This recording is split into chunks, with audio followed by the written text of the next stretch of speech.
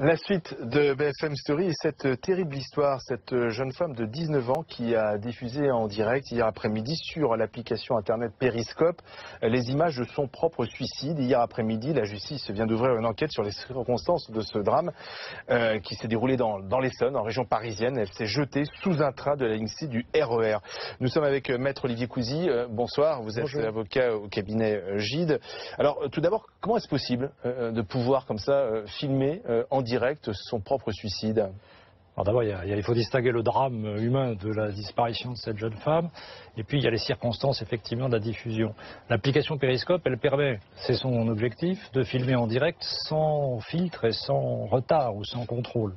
Il y avait plus de 1000 spectateurs, followers connectés lorsqu'elle enregistre, lorsqu'elle diffuse ces images. Oui, qui avaient été prévenus ou qui avaient été informés, et là peut-être que l'enquête permettra de savoir si cette information a donné un peu de temps ou pas à l'application Periscope pour intervenir. Oui, parce que quelques heures avant les faits, elle a commencé à mettre en scène en quelque sorte la préparation de son acte en annonçant aux personnes qui la suivaient à ce moment-là qu'elle devait faire quelque chose en live, mais sans préciser. Oui, alors on ne peut pas savoir si elle dit ça qu'elle va se suicider, effectivement. Donc c'est-à-dire que, attendez, quand Periscope, donc sur Periscope, en direct, cette jeune femme se suicide, Periscope ne peut pas intervenir. Periscope peut intervenir techniquement, il faut qu'il soit simplement informé ou qu'il puisse vérifier. L'application a la possibilité d'interrompre, et d'ailleurs, dans les conditions générales, Periscope vous dit je pourrais interrompre en cas de pornographie, en cas d'incitation à la violence.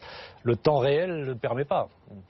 Alors ensuite, la vidéo donc était en direct, la séquence a été censurée. Mais on a pu voir ces mêmes images sur YouTube. Moi, je les ai vues encore cet après-midi. Donc là, personne n'intervient. Vous êtes dans une chaîne de télévision, vous avez une déontologie. Sur ces images-là, il n'y a pas de déontologie. Il n'y a pas quelqu'un qui va mettre en scène, qui va éditer. C'est chacun et son propre média. Il y a quelqu'un derrière YouTube. Il y a quelqu'un derrière YouTube.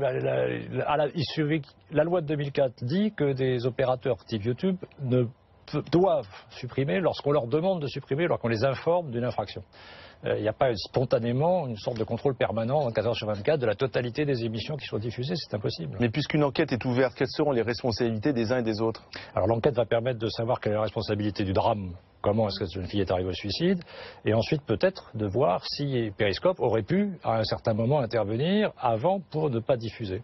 Oui, alors c'est vrai que certains qui regardaient cette vidéo ont reconnu la gare d'Aigli dans l'Essonne, mais il était déjà trop tard. Voilà, le temps qu'ils préviennent, je crois d'ailleurs certains ont prévenu, oui. J'ai lu qu'ils avaient donné les informations, ils avaient annoncé que quelque chose se passait ou allait se passer quelque chose de grave, mais le temps de réponse est malheureusement pas adapté. Oui, mais alors ça veut dire qu'on est face à une zone de non-droit? C'est pas du non-droit. Il faut dire que les personnes qui utilisent ce genre d'instruments, ce genre d'applications, doivent respecter les règles de droit. Doivent respecter le droit d'auteur, doivent respecter le respect de la vie privée.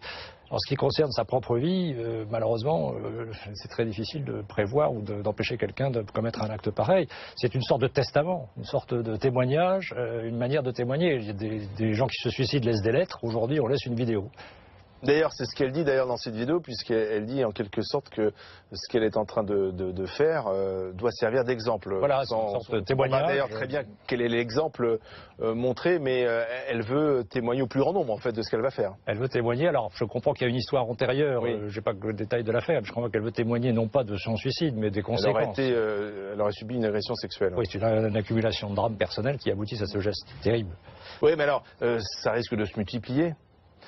Ça risque de se multiplier. Les suicides, je ne suis pas sûr que Periscope puisse être considéré comme responsable du suicide.